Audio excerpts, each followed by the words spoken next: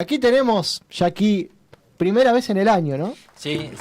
Primera vez en el año. Hace tiempo que no nos veíamos. Magíster en teología, pero creo que futuramente doctor en teología, ¿o no? Sí, bueno, vamos a poco. Vamos de a poco, pero tenemos todas las fichas Y puestas. arranqué de cero de vuelta, cambié de tema, todo. Arranqué de cero todo. Bien, bueno, director de Hablemos de Teología, ustedes los pueden seguir a través de Instagram, lo pueden buscar en @Hablemos de Teología, y siempre nos viene aquí a traer una mirada fresca y original sobre nuestras creencias, sobre nuestra fe, sobre lo que nos va pasando en nuestro corazón acerca de aquello en lo que realmente creemos y que muchas veces va marcando nuestra vida. Agustín Podestá, muy buenas tardes, muy buenos días, perdón, porque estoy mal con el horario.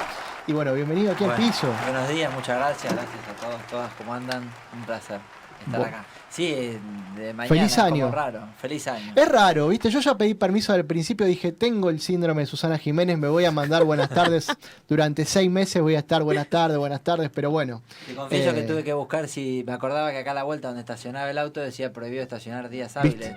Entonces, por la duda, antes de salir, busqué si sábado a la mañana cuenta como día hábil o no. Antes de salir, lo que dije, no, a ver si me hacen multa o algo. Claro, no, está bien. No, estamos bien. Viernes, días hábiles estamos bien. Bueno, ¿cómo estás? ¿Cómo arrancó tu 2023? Que no hablamos este año ya bien, todavía. Gracias a Dios, muy bien. Saben que tuve una nena en octubre. Así que bien, nada, acomodándonos con eso.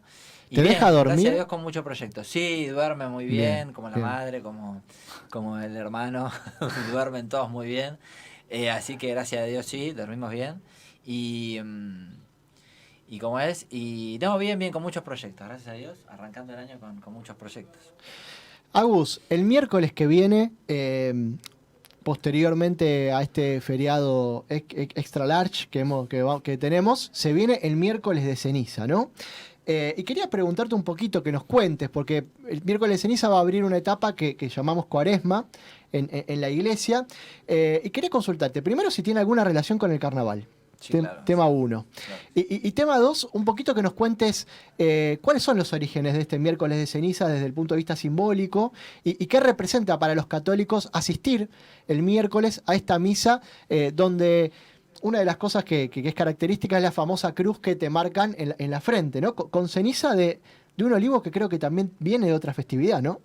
Bien, bueno, sí, tiene, para empezar, o sea, tiene que ver con... Ahí está bien, ¿no? Ahí me parece que se escucha mejor, sí. Ahí va, tiene que ver con el carnaval, tiene que ver con la Pascua, o sea, la fecha del carnaval, justamente, por eso siempre cambia todos los años de fecha, lunes y martes de carnaval, siempre hay que estar viendo cuándo cae, porque cae en base a la fecha de la Pascua, lo primero que se pone es la fecha de la Pascua.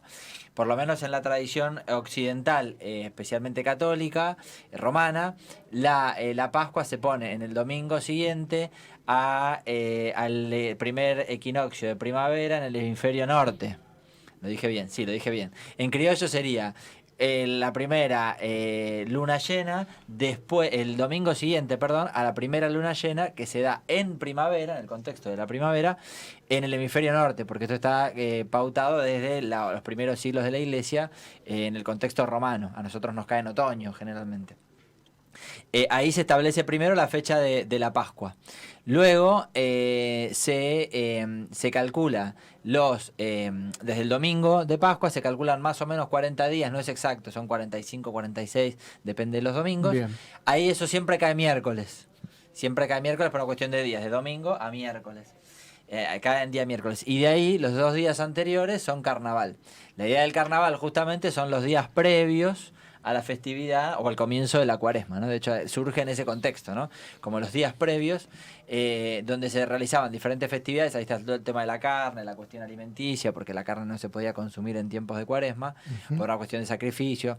Entonces se empezó como a llevar adelante estas festividades, unidas también a festividades no de contexto cristiano, sino precristiano. Ahí hay distintas fiestas que se van unificando, distintos dioses y demás romanos. Las fiestas se van unificando y se terminan poniendo justamente en este contexto pre-Cuaresma. Por eso siempre lunes y martes es carnaval y miércoles es miércoles de ceniza, que comienza así el inicio de la Cuaresma, donde uno, a diferencia de los días anteriores, o más bien al revés, porque tiene que empezar la austeridad y el camino de preparación durante la Cuaresma, se ponen los días previos de festividad, bueno, holgorio. Y de hecho por eso también en el carnaval aparece mucho la figura del diablo o de los demonios, porque justamente es cuando se dice se les va a dar muerte en el norte de nuestro país, por ejemplo, ¿no? El tema de la sepultura del diablo, la sepultura del demonio, que sale durante el carnaval y se pone antes del comienzo de la cuaresma. Se oculta antes del comienzo de la cuaresma porque sabe que es el momento, simbólicamente, ¿no? Es el momento de su derrota, ¿no? Pues la resurrección de Jesús es la muerte, el momento de la derrota. Entonces viene el tema de la sepultura, ¿no? De darle sepultura al demonio, porque a partir de ahora empieza un tiempo sagrado, es la cuaresma. Y estos días de carnaval que preceden a la cuaresma que bien contabas, es como que tiene un tinte bastante distinto. Y uno, si bien sabe que la cuaresma tiene unos pilares fundamentales que son la oración, el ayuno y la limosna, de acuerdo a cómo uno lo viva, puede transformarse en una especie de días de sufrimiento, lo cual uno quiere que pase rápido para que pase Pascua y me como todo. Es así.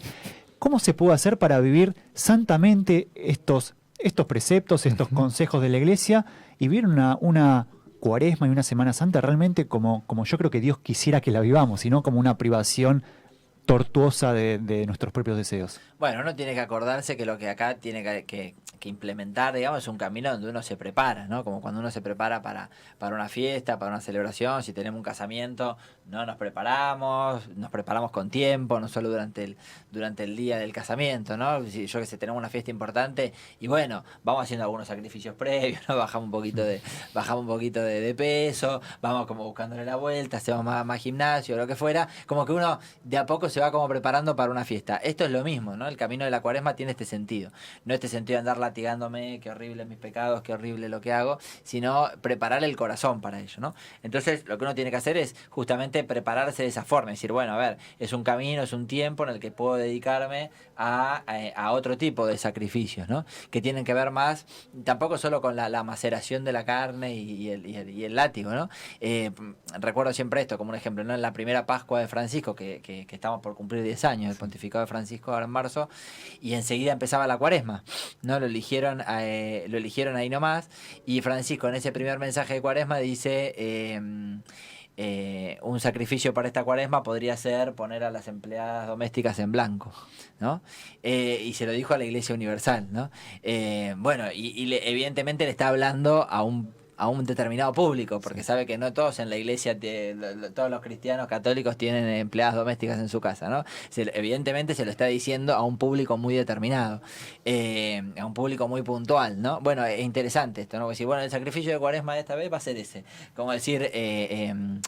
como uno buscar que tiene que ver con un compromiso social, ¿no? Traducir un compromiso social, que tiene que ver con mirar un poco al que tengo al lado, ¿no? Cortar un poco, también me parece esto importante, ¿no? Que tiene que ver con lo eclesiológico, cortar un poco con esta noción que viene heredada lamentablemente de la modernidad de Dios y yo, ¿no? La relación de fe es Dios y yo. Bueno, yo me arreglo con Dios, yo con Dios, Dios con yo, Dios. Bueno, el destinatario de la salvación es el pueblo de Dios. No existe primera singular en la fe, ¿no? En la fe es solo nosotros. El destinatario de la salvación es el pueblo de Dios, no la persona, no el individuo, no lo individual. Y esto también se tiene que traducir, por ejemplo, en esto, en lo que tiene que ver con la cuaresma. Bueno, ¿de qué forma voy a vivir mi cuaresma? Es nuestra cuaresma. ¿De qué forma vamos a vivir nuestra cuaresma? ¿De qué forma yo también soy instrumento para que otros vivan la cuaresma, para que otros se preparen para la Pascua, ¿no? Por eso me parece muy interesante que Francisco haya puesto este sacrificio, que tendría que ser personal. No voy a comer chocolate. No voy a... voy a poner en blanco a una empleada que tengo en casa, digamos, ¿no? Es decir, mirar un poco al costado, ¿no? Mirar al otro, ¿no? Ser sacrificio, ¿no? Tiene que ver con ponerme a disposición de los demás, ¿no? Porque somos iglesia en comunidad, no somos iglesia yo. Yo no soy parte de la iglesia, ¿no? En todo caso, en la iglesia en la que yo estoy formo parte, pero yo no, se entiende, ¿no? No es yo el que va al encuentro de la iglesia, sino la iglesia y yo me reconozco ahí, ¿no? Sí, pensaba en esto que decías de quizás el no comer carne, y pensaba en las distintas edades, ¿no? En quizás qué tan extraño puede sonar para un joven o para un chico, y pensaba también en todas las propuestas que hay también en las parroquias, en este salir de uno mismo, en el que no quede en un sacrificio que uno hace solo, sino en el salir al encuentro del otro. Pensaba en propuestas como los Pascua Joven, que también incluyen muchas veces un servicio, y te quería preguntar un poquito sobre esto. ¿Qué propuestas podemos encontrar quizás en las parroquias que nos invitan a toda edad a poder prepararnos para la Pascua, pero no de una manera tan individual, no desde el yo, sino desde el también salir al encuentro del otro? Bien, sí, mientras hablabas me hacía acordar esto de que muchas veces pensamos como que la fiesta más importante de los cristianos es la Navidad, porque es la más marketinera, porque es ¿no? Porque es donde más comemos y nos regalamos cosas. Y en realidad la fiesta más importante de los cristianos es la resurrección, es la Pascua. Esa es la fiesta fundante de la fe. Y esto me hacía acordar esto que decías, digamos. Es momento de que nos acordemos de esto, ¿no? De que el momento más importante, por eso es que en todas las parroquias y en las asociaciones, en los movimientos y demás, en todos los lugares, se preparan y se hacen celebraciones, entonces y se hacen actividades. Entonces me parece que está bueno esto, ¿no? Como decías, de recordar que tiene un sentido esto, es decir, che, mirá que vamos a vivir el momento más importante, ¿no? Vamos a vivir la fiesta más importante, por eso está bueno que busquemos propuestas. Y sí, totalmente, invitar acá prácticamente sí, todas las parroquias, todas las asociaciones, muchas veces se juntan, pasa esto, ¿no? Que por ahí veces se juntan varias parroquias o se juntan varias congregaciones, grupos, y todos tienen actividades, todos tienen propuestas. Me acordaba también mientras hablabas esto que también alguna vez había dicho Francisco cuando hablamos siempre de Viernes Santo o de los viernes que no se come carne y se come pescado, entonces gastamos una fortuna en el kilo de salmón. Dice... No coma salmón en Viernes Santo, más bien come arroz, y la diferencia entre el kilo de salmón y el paquete de arroz donala al que no tiene para comer. De vuelta a esto que decíamos antes, ¿no? Es decir, el sentido que tiene lo comunional, el mirar al otro, ¿no? O sea, el sacrificio tiene que pasar por ahí. No dejes de comer carne para comer pescado, porque el pescado es carísimo. Entonces, es decir, anda por otro lado, ¿no? Come algo más austero. Y ni siquiera no hagas ayuno, no importa, digo, come algo más austero, más sencillo, y pensá que esa diferencia de dinero enorme que estás gastando, bueno, darla al servicio de los demás y que hoy coman todos, ¿no? Que en vez de vos comerte un kilo de salmón y los demás nada, bueno, coman todos otra cosa, ¿no? O sea, tiene que ver con esto, ¿no? Con el ser comunidad, con esto de ser iglesia, ¿no? El Papa estuvo en África, en 2 países con una enorme conflictividad, ¿no? Primero, la República Democrática del Congo, conocida, ¿no? por la abundancia de recursos naturales, particularmente de minerales, ¿no? Como diamantes, ¿no? Que son gran parte de ellos saqueados, ¿no? Por las potencias europeas centrales. Y por el otro lado, Sudán del Sur, un país que ha obtenido la independencia muy recientemente, era un solo país, se ha dividido en Sudán y Sudán del Sur, donde hay una extrema pobreza, hay incluso algunas guerras civiles, y el Papa decide ir a 2 países con estas complejidades, ¿no? ¿En qué consistió esta visita que hace el Papa a estos 2 países, quizás de los más pobres de África y del mundo? ¿Y qué pensás y por qué pensás que no se le dio tanta repercusión mediática a un mensaje tan fuerte como fue el dejen de saquear a estos países y que parte de esto que se extrae de estas tierras pueda volver a este pueblo que hoy pasa hambre pasa hambre, guerras e incluso está manchado con sangre gran parte de estos minerales que sacan, ¿no? Sí, bueno, justamente ahí sobre este tema hice un posteo hace un tiempo en la Lema de Teología y se armó, bueno, hay una historia, más de uno saltó enojado. Pero es interesante porque justamente hablábamos de esto, del blindaje mediático. Cuando hay otros viajes de Francisco que los reproducen todos los medios, inclusive medios que no son religiosos, justo este viaje no lo cubrió nadie, ¿no? Y cuando uno dice, qué raro que haya habido tan poca publicidad del viaje, y te pones a leer los discursos que dio Francisco, claro, ahí empezás a entender, ¿no? ¿Por qué el blindaje mediático? Porque Francisco, por ejemplo, acusó que muchos de los saqueos que se están haciendo en esos países de África tienen vinculación con potencias mundiales que siguen financiando guerras, por ejemplo, y que siguen viviendo a costa del extractivismo que realizan en esos países de África. Y lo denunció con todas las letras. Denunció el sistema económico opresor y las opresiones que están realizando muchos países del primer mundo, de la OTAN, toda esta gente desquiciada, con estos países. Entonces, claro, ahí se entiende el blindaje, ¿no? Y son frases muy fuertes, ¿no? Y de hecho, uno me comentaba ahí, lo cito el ejemplo porque me causó mucha gracia, ¿no? Decía, los comentarios que te están dejando muestran por qué el blindaje mediático. Porque justamente más de uno saltaba diciendo en los comentarios, decía, pero que venga a este país y hable de la corrupción de los K, o que hable de su amigo Putin y la guerra. Bueno, exactamente, o sea, si ese es tu comentario que tenés para las denuncias que está haciendo Francisco, lo que pasa en África, es porque los medios de comunicación te ganaron, digamos, porque son los medios de comunicación los que están en este momento comiéndote la cabeza y hacen que digas esas estupideces que son las que dicen los medios hegemónicos de información. Muy interesante el planteo, ¿no? Decir, bueno, justamente, ¿por qué los medios de comunicación blindaron las palabras de Francisco y no fueron conocidas, ¿no? justamente porque Francisco está denunciando un sistema político, económico, que muchas potencias del mundo, fuertemente europeas, sobre todo europeas, perdón, tienen incidencia en estos países de África. De hecho, pensaba en Francia, ¿no? Donde hace unos pocos días, lo comentábamos hace unas semanas acá, ¿no? Donde la primera ministra italiana, Gina Meloni, denunciaba, ¿no? Que Francia se quedaba con el 50% de las ganancias de Burkina Faso, ¿no? De las extracciones que se hacían en Burkina Faso, ¿no? También silenciada. Hoy nadie sabe nada sobre Gina Meloni, ¿no? Hablando un poco de esto que vos venís refiriendo del famoso blindaje mediático, ¿no? No hablar de lo que las potencias europeas y gran parte de ellas con impronta colonialista, imperialista en épocas pasadas, siguen extrayendo recursos y siguen dejando en la máxima pobreza a este continente que ha sufrido tanto y que incluso tiene a menores de edad trabajando en estas minas, ¿no? Sí. Me parece que es interesante esto, ¿no? Como denunciar que tiene que ver justamente con los sistemas de opresión, que son sistemas, desde un punto de vista teológico, son sistemas reproductores de pecado, ¿no? O sea, son países enteros, en este caso, que por medio de sus políticas reproducen sistemáticamente estructuras de pecado, ¿no? Por eso es que es importante denunciarlas. Es todo lo que atenta justamente contra la construcción del reino de Dios.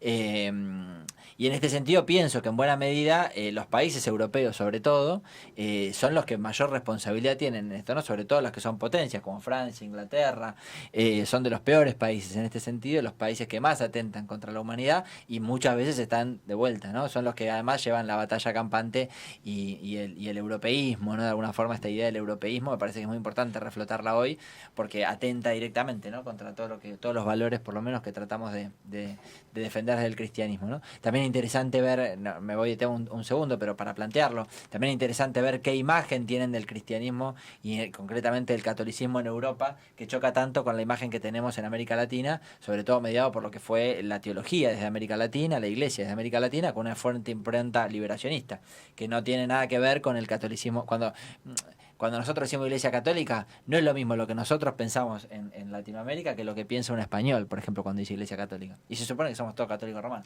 No tiene nada que ver, no tiene nada que ver. La estructura que tenemos es muy distinta. Y creo que en buena medida, con esto cierro, creo que en buena medida la disputa Francisco-Benedicto da de alguna forma esa imagen, ¿no? Un europeísmo, un catolicismo fuertemente europeísta y un catolicismo pensado con otras categorías que chocan justamente y es que hasta denuncian la estructura europeísta de control, ¿no? Hablando de blindajes mediáticos, noticias que repercuten más que otras cuando habla el Papa Francisco, ¿no? Pensaba en las declaraciones que le hizo a una agencia de noticias hace muy poquito, no más, donde particularmente en una entrevista bastante particular, lo hablábamos también con Cristian hace unos días nomás, unos programas anteriores, con cortes especiales, con una entrevista bastante rara, cuando uno la ve completa, le preguntan por la homosexualidad, ¿no?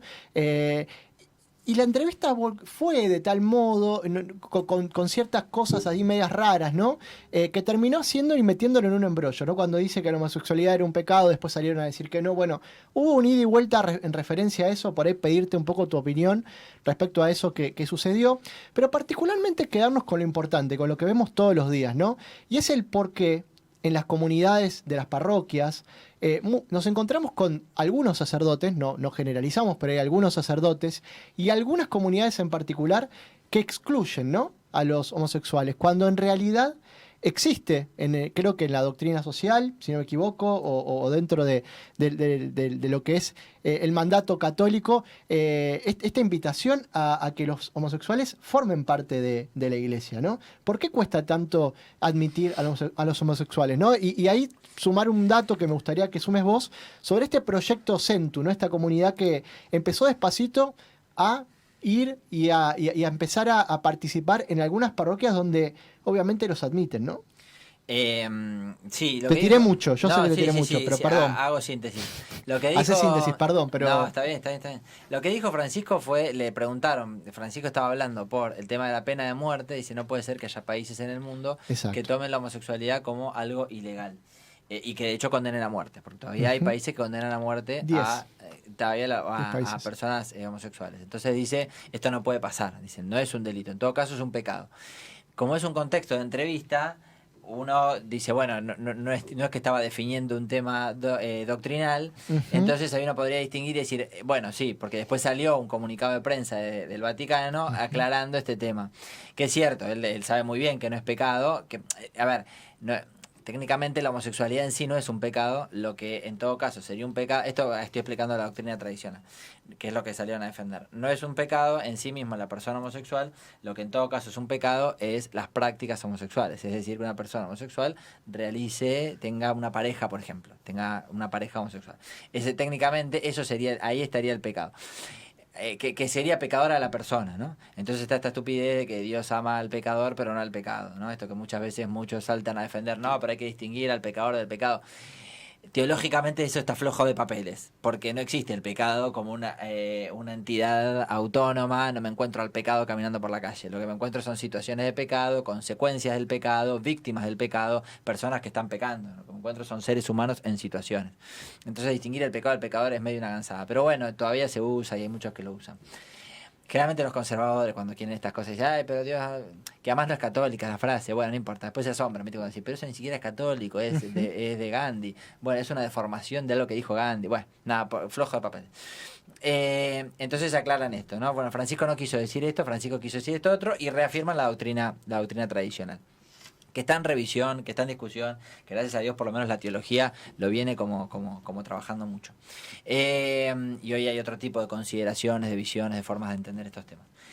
Ahora, dejando este tema de lado, me habías preguntado por el tema de las parroquias o las comunidades. Sí, pasa mucho, que muchas veces hay comunidades que tienden a excluir, pero también quiero decir algo, también hay muchas comunidades que tienden a integrar, ¿no? Y que son conscientes de las situaciones de vida de las personas, porque en este sentido también podríamos decir personas en situación irregular en general, ¿no? Divorciados en nueva unión, personas con otras uniones por fuera del matrimonio, o fuera, o que conviven sin estar en matrimonio.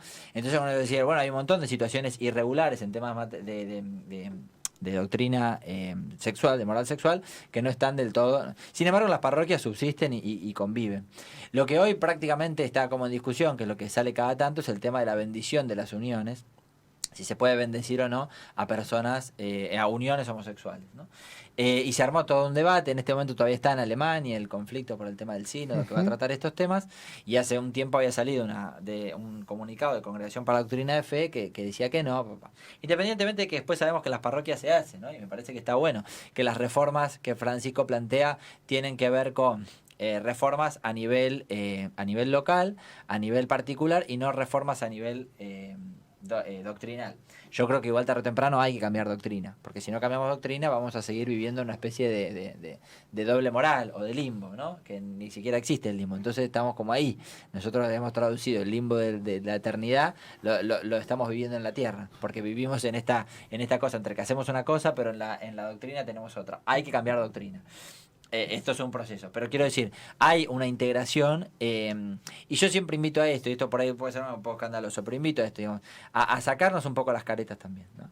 Me parece que hay mucho caretaje respecto a estos temas, y que hay mucha gente que muchas veces enarbola banderas durante un tiempo de su vida y después terminan enarbolando otras banderas de su vida. Entonces me gustaría, es como una especie de sueño que tengo para la iglesia, que es que nos saquemos un poco las caretas y tratemos de ser más, ni hablar que uno puede cambiar de opinión y demás, pero sobre todo cuando uno es tan hipócrita en algunos temas, ¿no? Somos pocos y nos conocemos mucho, entonces decir, no, estaría bueno que a poco sinceremos muchos temas, ¿no? Porque es gracioso después cuando los ves 10 años después y están haciendo otras cosas. Pegado un poco a esto último que decías. Ahí lo de Centu no te contesté. Bueno, contestame si querés. No, lo de Centu simplemente decirlo que está buenísimo, presentárselos, búsquenlo. Vamos a ver si traemos a alguno de los chicos que manejen acá, así pueden hablar en primera persona de Centu. Mándenle saludos, son unos genios, invítenlos, va a ser, sin duda, va a ser una hermosa entrevista. Yo no hablo por ellos por las dudas, para no quemarlos, para no dejarlos pegados. Lo que ellos hacen es muy bueno, así que denle para adelante. Hablando esto de integrar, ¿no? No podía dejar de pensar en las vocaciones sacerdotales, ¿no? Hoy que son tan escasas en la iglesia. ¿Pensás que la iglesia tiene que abordar y tiene que empezar a debatir de qué manera poder estimular las vocaciones sacerdotales en las parroquias, en las iglesias, donde por ahí son el semillero de las vocaciones en particular, estas vocaciones en particular, que la iglesia hoy hay mucha escasez de esto, ¿no? Sí, yo diría que lo que hay que incentivar son todas las vocaciones, porque también le podría preguntar a un laico que fue toda su Es vida verdad, a misa es verdad. si sabe de su vocación laical, Es verdad. y me va a mirar con cara como, y fue todos los domingos a misa. Incluso durante del toda su matrimonio, vida. ¿no? Del matrimonio ni hablar, y en la general, verdad. digamos, de las distintas vocaciones laicales, por ahí me mira con cara como diciendo, yo no tengo vocación de laico. ¿Cómo no? Ay, ¿cómo no? Lo hiciste toda tu vida. Pero no has tenido formación suficiente porque en la parroquia adolece justamente, generalmente los espacios parroquiales, se adolece, ¿no?, de este tipo de formación y de formar a los laicos también en su vocación laical. Me parece que en este sentido, cuando rezamos por las vocaciones, uno dice, bueno, rezamos por las vocaciones los sacerdotes. No, cuando rezamos por las vocaciones, rezamos por todas las vocaciones. Porque también el laicado se elige como vocación. Y se elige conscientemente como vocación. Lo que pasa es que generalmente, claro, asociamos vocación a los sacerdotes. A los sacerdotes, exactamente. Yo creo que en buena medida lo que hay que hacer es, cuando rezamos por las vocaciones o cuando hacemos encuentros vocacionales, hay que insistir sobre todos los ministerios. Y hoy cuando se habla de la iglesia sinodal, justamente se va hacia eso, ¿no? A dejar de hablar por cantidades, dejar de hablar de cantidades, cuántas cantidades de laicos tenemos, cuántas cantidades De sacerdotes, de sacerdotes tenemos. Muchas veces se usó los documentos usaban la expresión de la pirámide invertida, ¿no? Comúnmente tenemos la pirámide común, arriba los que son menos, los obispos, los sacerdotes, papá, y abajo el laicado, ¿no? Entonces se empezó a hablar de la pirámide invertida, ¿no? Es decir, que los que son menos están en el servicio de los que son más. Y hoy en día ya se eliminó esa imagen. Ya decir, basta de pirámide, de arriba, abajo, no sé qué, estamos todos en la misma, digamos, todos caminamos juntos al mismo tiempo.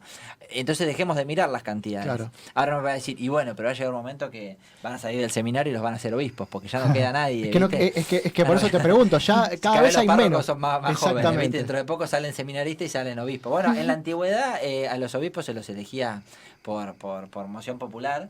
Los elegía la comunidad, la ciudad, y se los ordenaba sacerdote y obispo aún sin preparación.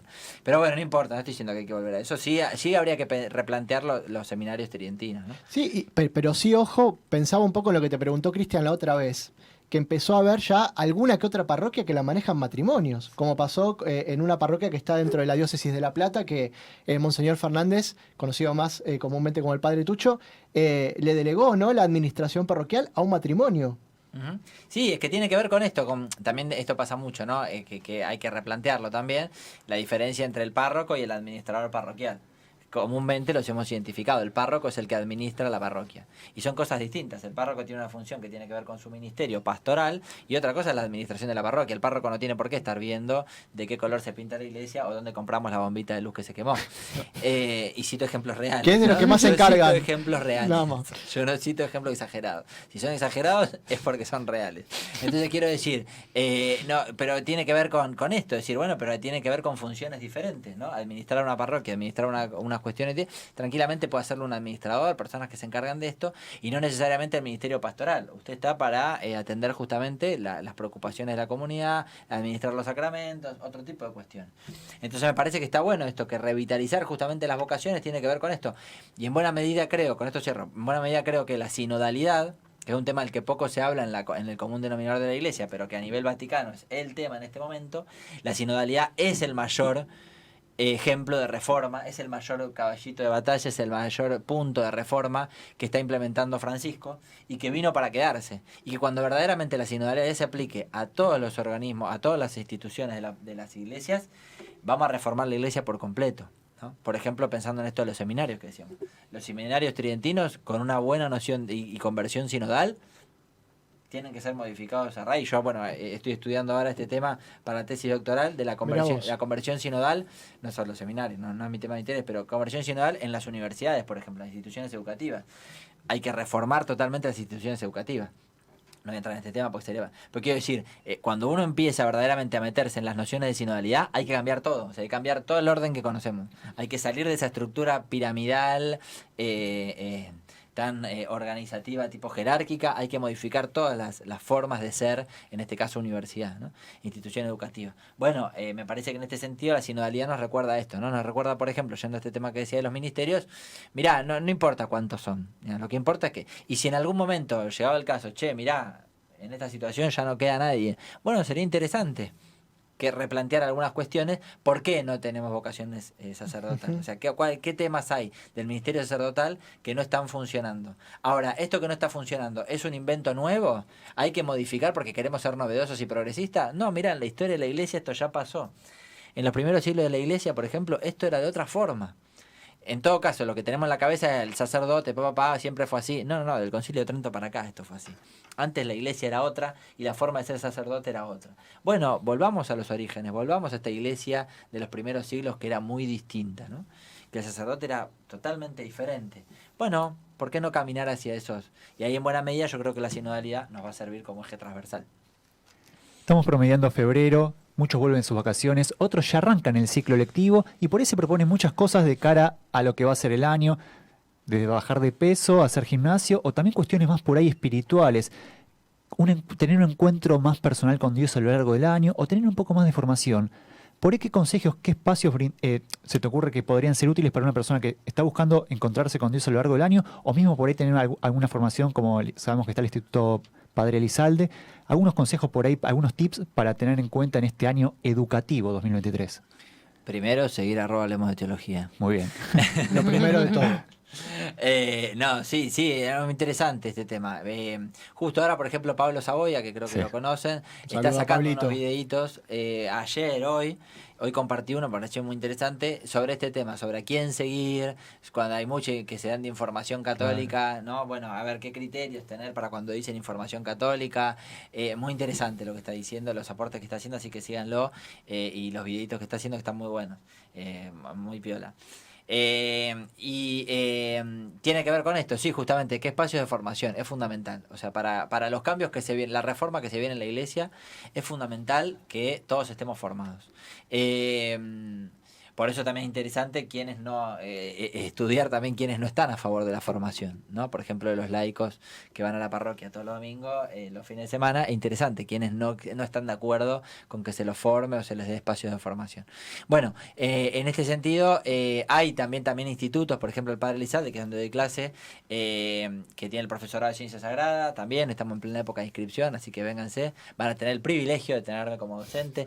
Genios como Pablo Saboya. Tengo mucho miedo, me daría mucho miedo tener un final con vos y Pablo en la mesa. Bueno, nos pasó una vez. Yo creo que me voy, los veo a los dos y digo, me voy, me retiro, me voy. El año pasado nos pasó con una estudiante, le mando un saludo, que se puso muy nerviosa y había estudiado muy bien todo, estaba rindiendo la materia con Pablo. Y estaba Daniel Gratone, también otro gran amigo, le mando saludos, y dice, tengo adelante a los 3 profesores que sé que más saben, que sé que más, estoy muy nerviosa. No, olvídate, tranquila. Pero disfrutamos mucho tomar examen. Yo no bajo para nada si estudiaste, si no estudiaste, bueno, no vas a perder tiempo. Mira, lo peor que puedes hacer es hacerme perder tiempo. Es lo único que no vuelve, es lo único que no se recupera. Entonces mejor no digas nada. Si no tenés nada para decir, no digas nada. ¿El instituto dónde queda y qué carreras queda en Ciudadela, 25 de mayo, no me acuerdo ahora el coso, cerca de la estación Ciudadela, tipo a 1 o 2 cuadras de la estación Ciudadela del tren. Lo pueden buscar como Instituto Superior Padre Elizalde. 25 de mayo 125. Gracias, 25 de mayo 125, ahí nomás de la estación, cruzando los que venimos de Buenos Aires, de Capital, cruzando ahí General Paz, por ahí nomás. Ahí nomás, a unas 10 cuadras. Cruzando ahí, vieron por Vélez, 10 cuadritas, ahí nomás. Tiene distintos profesorados, tiene filosofía, historia, matemática, el nivel inicial, tiene unos cuantos profesorados, la verdad que está muy bueno, tiene mucha propuesta. Y bueno, el profesorado de Ciencias Sagradas, que es el que más publicito, porque es el que estoy yo.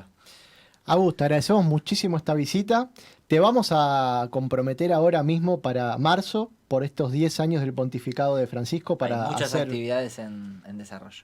Muchas actividades en desarrollo. Y quiero que vengas a hacer acá una evaluación de estos 10 años de Francisco. Por supuesto. Buen fin de semana y te pueden seguir, vamos a repetir de vuelta. @Hablemos de Teología en Instagram y hablemosdeteología.ar en Facebook. Y anótense ahí en el profesorado de Ciencias Sagradas. Vénganse. Así pueden aprender como corresponde y pueden formarse de la mejor manera con grandes profesores como Agustín, como Pablo, que por lo menos somos los que conocemos, pero imagino que debe haber muchos más. Y se vienen novedades de formación también, cursos. Algo leí, ¿se puede preguntar? Cursos, todavía no está nada, estamos terminando como de diagramarle, pero se vienen novedades. Va a ser cursos, virtuales, presenciales, para el que quiera presencial, pero también van a ser virtuales, y se vienen también diplomaturas. Pero no puedo decir más nada. Está creciendo, esto crece cada vez más. Se Yo vienen ya- diplomaturas.